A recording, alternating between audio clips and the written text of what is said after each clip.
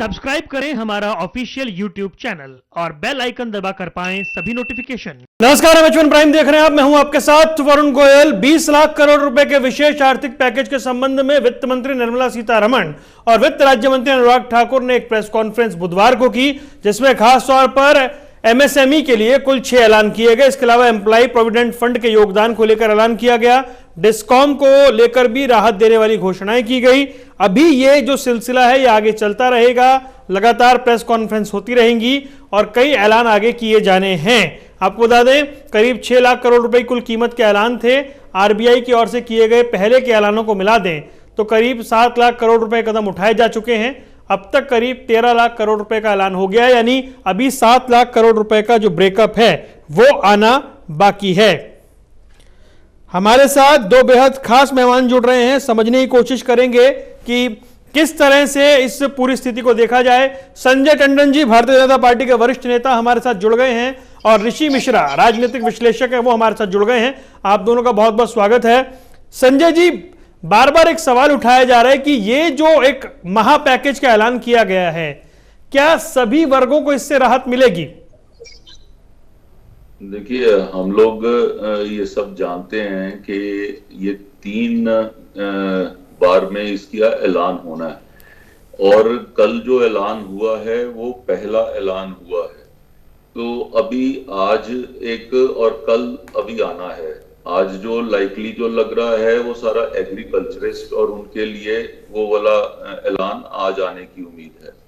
और जहां तक जो प्रधानमंत्री जो रिलीफ फंड के माध्यम से जो आना था, गरीब कल्याण पैकेज जो था, वो पैकेज जो है वो पहले ही आ चुका है, जिसके अंदर इंश्योरेंस कवर दिया गया 50 लाख तक का हेल्थ वर्कर्स को, 80 करोड़ जो पुअर लोगों तक जो 5 किलो उसका वीट का और 3 किलो दाल का जो था वो पर मंथ का वो दिया गया। उसके अलावा जनधन अकाउंट्स के अंदर 500 रुपए पर मंथ, वो 20 करोड़ महिलाओं तक के वो पहुंचे। गैस सिलेंडर जो था फ्री ऑफ कॉस्ट, वो 8 करोड़ लोगों तक 3 महीने के लिए वो दिया गया। ये वाला पैकेज एक ऑलरेडी आ चुका है। एक एक्स ग्रेशिया था जो 1000 रुपए का, जो 3 करोड़ सीनियर सिटीजन और विडोज के लिए था। तो ये एक पैकेज 2 था जो अभी कल आया है। अभी पैकेज 3 और 4 आपके सामने आएंगे। टोटल इसका जो आउटले है वो 10% ऑफ जीडीपी के साथ उसको लिंक किया गया है। तो मेरा मानना है कि जब वो सारा आ जाएगा तब ये आपका सवाल जो है तब मान्य होगा और उसका सही जवाब जो है आपको तब मिल पाएगा जी। लेकिन सर, एक सवाल ये है कि जो मिडिल क्लास है, जो लोअर मिडिल क्लास है, जिसकी दुकानें बंद हैं 2-2.5 महीने से और ईएमआई, बिजली के बिल, स्कूल के फीस जमा करने के बाद उसकी दुकान अब भी बंद है, उसको कोई राहत यहां से मिल रही है क्या? देखिए, हर पैकेज हर किसी के स्तर के लोगों का नहीं होता है। अभी ये वाला पैकेज जो आया है उसके पैकेज का डायरेक्टली लिंक उन लोगों से है जो ये दुकानदार भी हैं। अगर वो दुकानदार वो इसके अंदर कटु उद्योग वाले में आता है, लघु उद्योग वाले में आता है, वो स्मॉल और मीडियम वाले उसके अंदर आता है, तो वो बेनिफिट ले सकता है।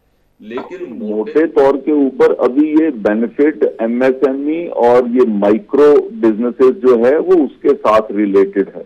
अभी वो वाले लोगों के लिए अभी हमको 2 दिन इंतजार करना पड़ेगा जी। लेकिन संजय जी, अभी से रिएक्शन आने शुरू हुए। जैसे कांग्रेस ने कहा कि इसमें कुछ नहीं है, इससे उस स्तर की हेल्प नहीं हो पाएगी जैसी उम्मीद की जा रही है, या फिर एक पूरा क्लियर कट विजन नहीं है। इस तरह की बातें अब शुरू हो गई हैं।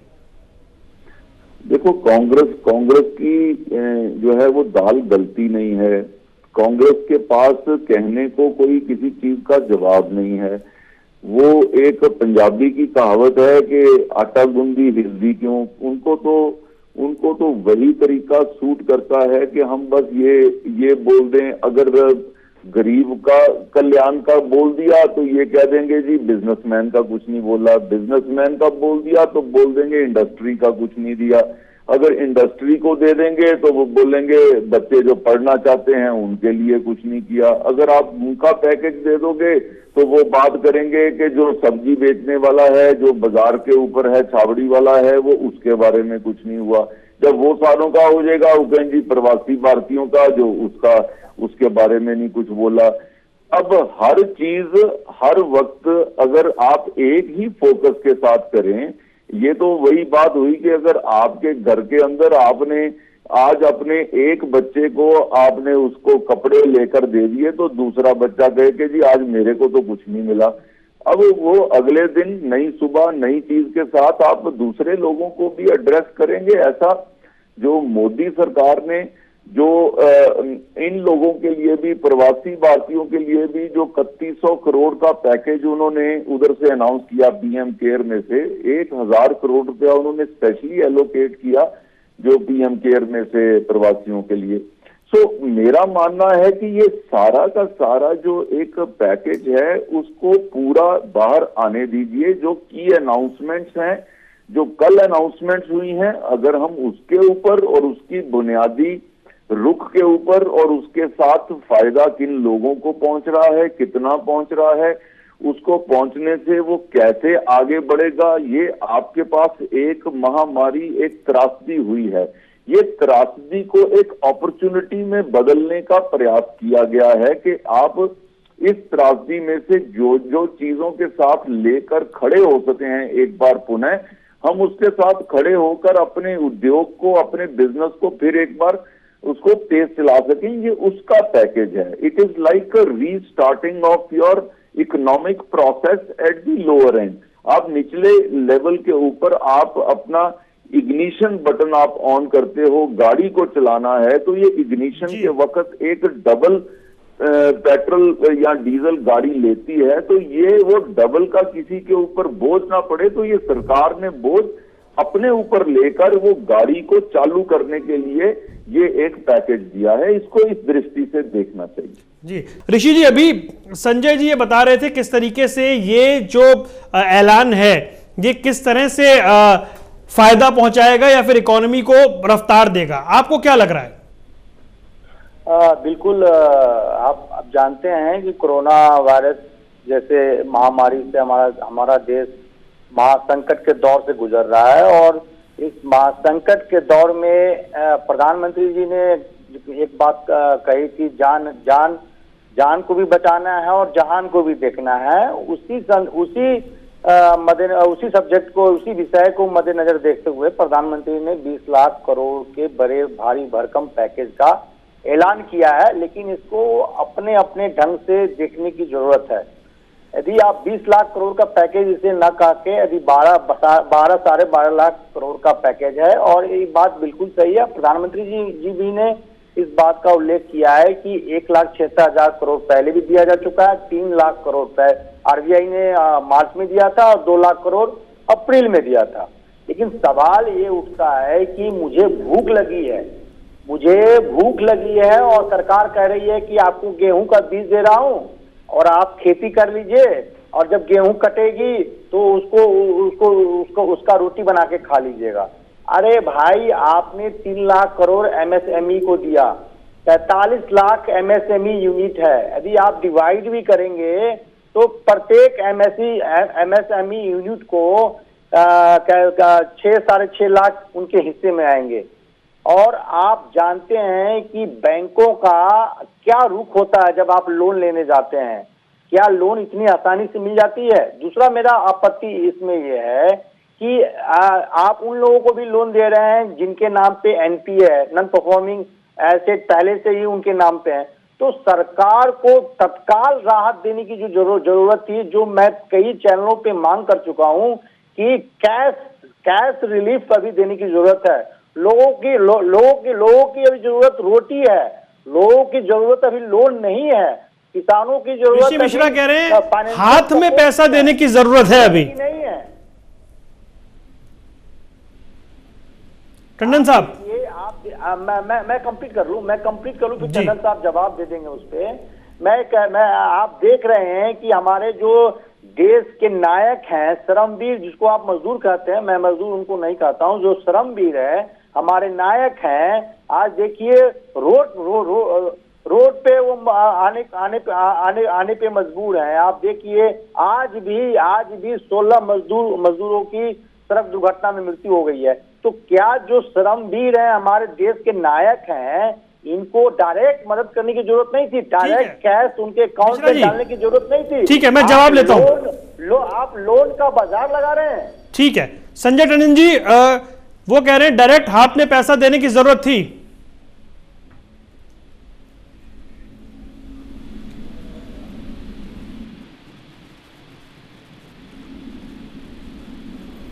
संजय जी की आवाज हम तक ठीक से नहीं आ रही है, एक बार फिर से इसको दुरुस्त करते हैं। संजय जी अपनी बात रख रहे थे।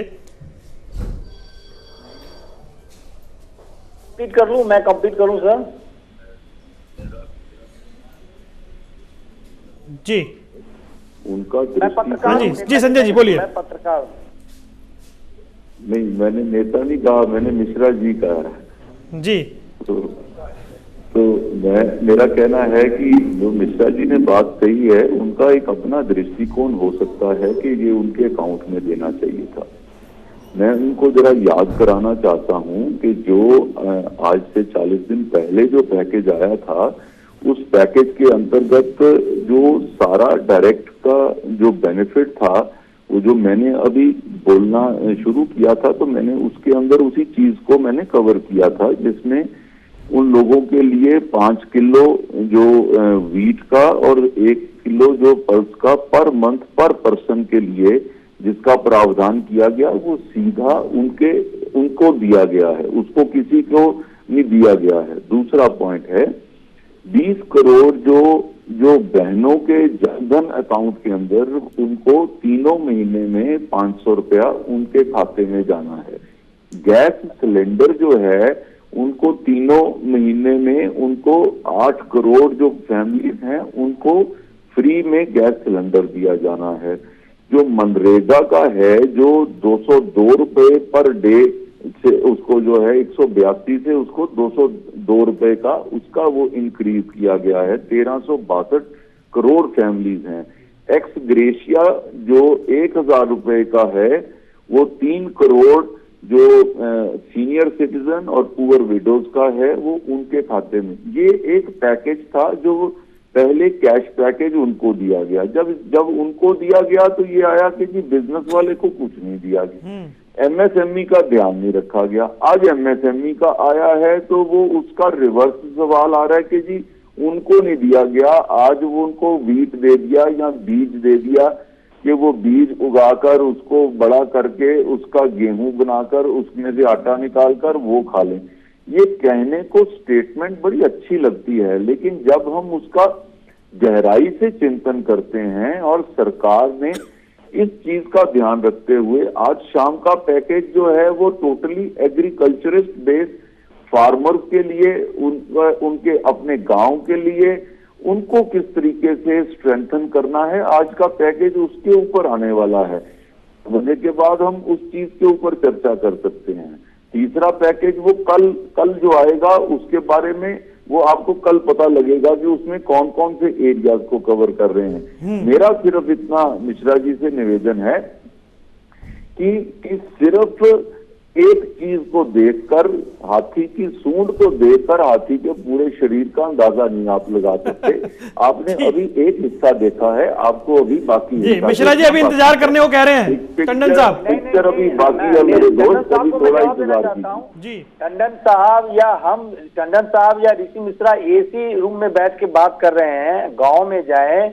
आज के महंगाई के जमाने में कौन सा ऐसा घर है टंडन साहब, हमको यदि नोएडा के आसपास रहते हो तो मैं टंडन साहब के साथ ग्रामीण एरिया में जाने को तैयार हूँ। ऐसा कौन सा घर है, ऐसा कौन सा परिवार है जिसका पूरा खर्च, पूरे महीने का खर्च 500 रुपये आता हो? एक भी घर बता दीजिए। पत्रकार साहब, आप एंकर साहब, आप भी इसी दुनिया में रहते हैं, हम भी इसी दुनिया में रहते हैं। टंडन साहब हमसे सीनियर हैं, वो भी इसी दुनिया में रहते हैं। ऐसा कौन सा घर है जिसका पूरा परिवार 500 रुपए के खर्चे में चल जाता हो? एक बात। दूसरी बात, इन्होंने एमएसएमई की बात की। मैंने आपको बताया 3 लाख करोड़ एमएसएमई के लिए आवंटित किया गया है। पूरे देश में 45 लाख एमएसएमई यूनिट है और उनसे direct and direct 6 crore 10 lakh लोग ये जुड़े हुए हैं।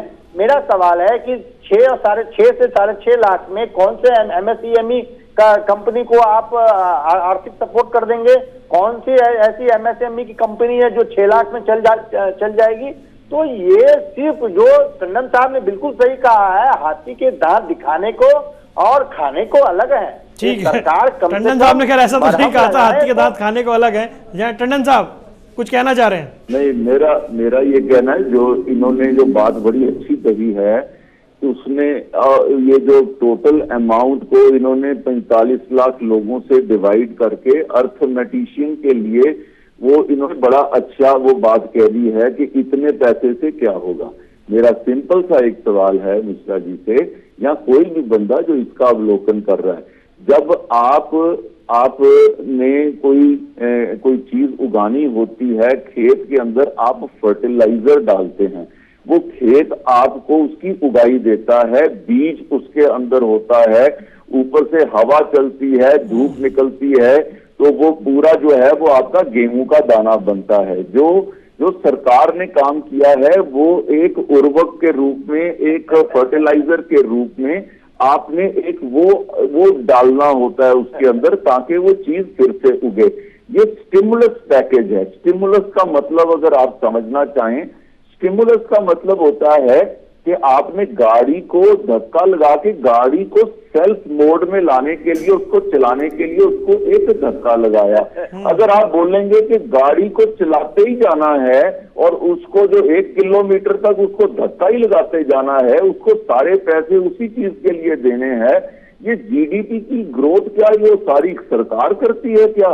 भाई साहब, ये तो आप अर्थशास्त्री हैं, आप जानकार हैं, आप अखबार के, आप जर्नलिस्ट हैं, आप इस चीज को देखिए। कोई भी चीज को चलाने के लिए अगर एक आदमी बेसिक कैपिटल डालता है, एक अखबार भी आप चलाते हैं तो बेसिक कैपिटल डालेंगे, उसके बाद आपको एडवर्टाइजमेंट मिलेगा, आपके अखबार का वो बिक्री होएगी, उससे भी आएगा। आप कहेंगे कि जी बताइए मेरे को 1 लाख रुपए से क्या हो सकता है, अखबार चल सकता है?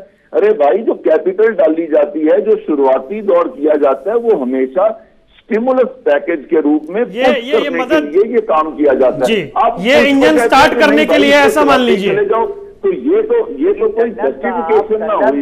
हमारे देश को आजाद हुए 70 साल हो गए, ये कब तक गाड़ी में धक्का हम लोग देते रहेंगे? नहीं सर, ये स्थिति तो पहली बार बनी है ना मिश्रा जी, ऐसी अभूतपूर्व स्थिति तो पहली बार बनी है मिश्रा जी। के साथ कोरोना नहीं आई है, ये स्थिति तो अभूतपूर्व पहली बार बनी है। आप इसका हवाला दे रहे हैं। देश 60 साल जिन ताकतों के पास रहा है वो देश को पीछे ले जाने का काम किया है। आज मोदी जी ने ऐसी सरकार को लीड किया कि जो सरकार ने दुनिया को ये करके दिखाया कि किस तरीके से इतनी बड़ी महामारी को आप फेस किया है, और उसके अंदर 4.2% के ऊपर आप लोग आए, जब के बाकी सब कंट्रीज के अंदर आप देखिए किसी में 10%, 15%, 20% तक लोग उससे प्रभावित हुए हैं। ये चीज को कैसे कंट्रोल किया है, ये एक बहुत ही ताकतवर नेता जो है बड़ी समझबूझ के साथ वही व्यक्ति ऐसा निर्णय कर सकता था। ऋषि जी, आप कुछ कहना चाह रहे थे? टंडन साहब सरकार को बैकअप कर रहे हैं, आप क्या उनकी मजबूरी है ये मैं नहीं समझता, लेकिन मैं बताता हूं कि पहला केस जो है अपने यहाँ कोरोना वायरस का 30 जनवरी को आया। सरकार को करीब विगत 22 मार्च से 30 जनवरी के बीच में 1.5 महीने का समय मिला। सरकार, हमारे जो नरेंद्र मोदी जी जो थे, ट्रंप इवेंट में लगे हुए थे गुजरात में, और आज स्थिति देखिए, अहमदाबाद की जो स्थिति है आउट ऑफ कंट्रोल है। जब मोदी जी ने लॉकडाउन लगाया था तो सिर्फ 500 कोरोना पॉजिटिव थे, अब 70,000 के आसपास है।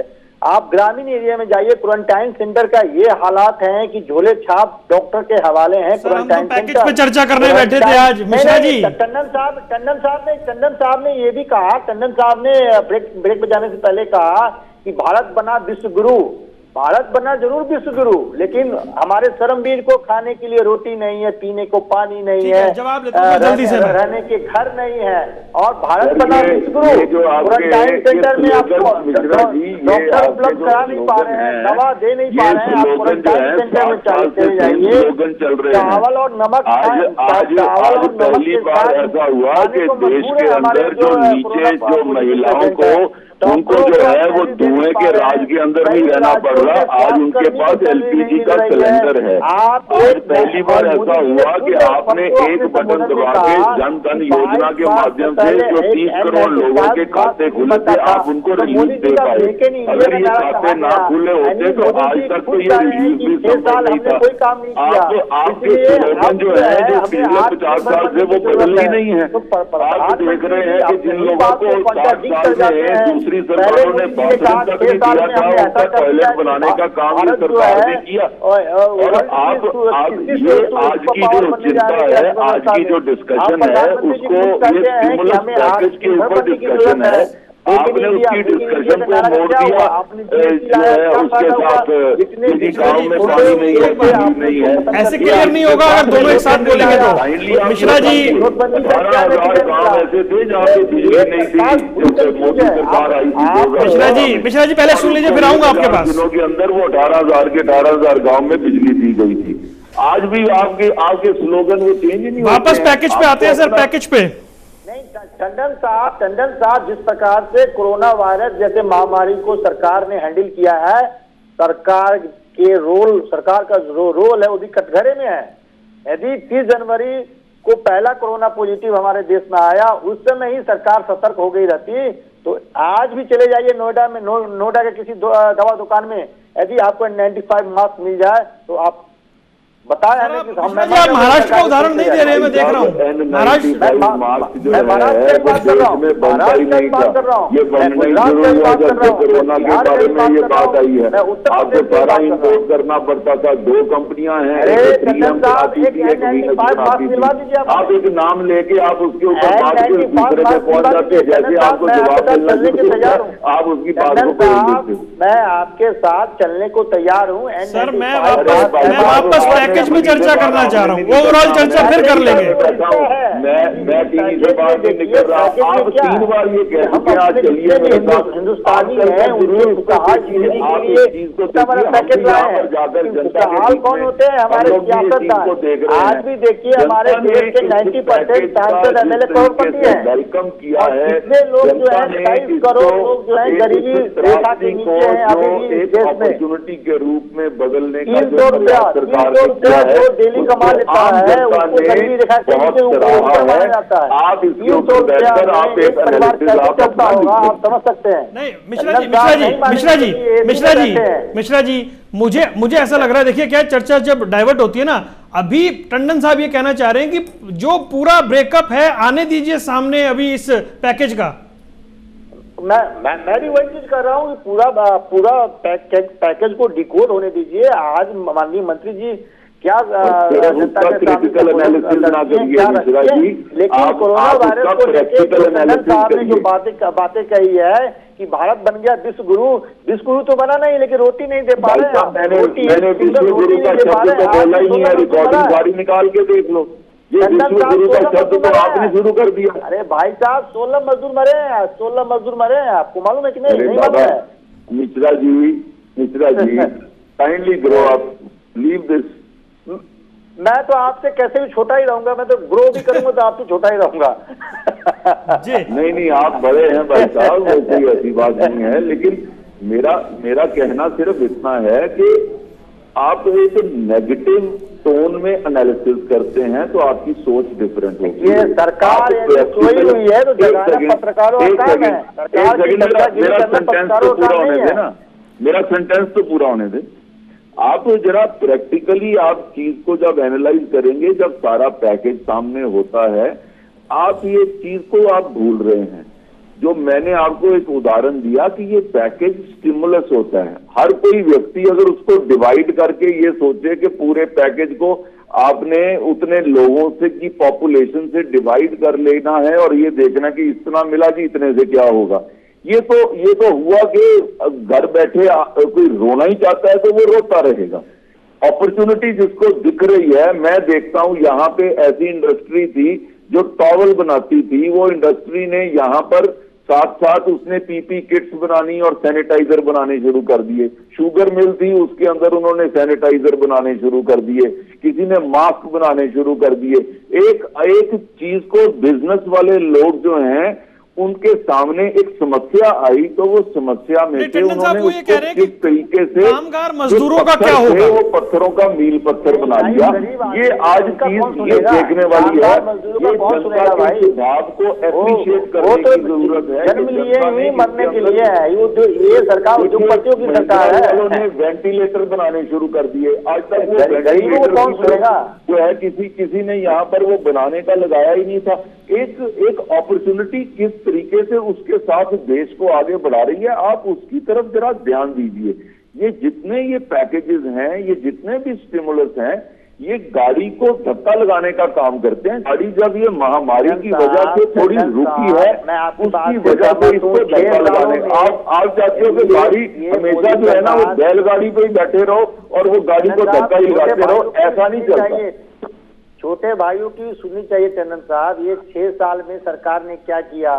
सबसे ज्यादा बेरोजगारी दर इसी सरकार में रहा, सबसे ज्यादा लोग बेरोजगार इसी सरकार के दौरान हुआ, सबसे ज्यादा सैनिक इसी सरकार के दौरान शहीद हुए हैं। अरे सर पैकेज में बात करिए ना मिश्रा जी, स्पेसिफिक पैकेज में बात करिए। जवाब दे देता हूँ। अगर ये सारी चीज जो आप कह रहे ठीक है तो ये 5 साल की तरक्की के बाद उससे बढ़ के सरकार को सपोर्ट कैसे मिलती? आप बैठ के ना आप घर बैठ के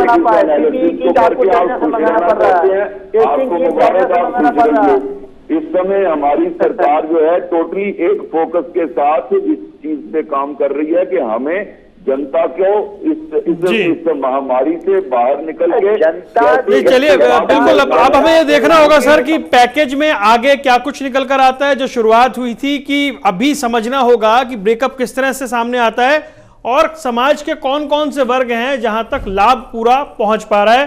फिलहाल आप दोनों मेहमानों का जुड़ने के लिए बहुत बहुत शुक्रिया। नमस्कार।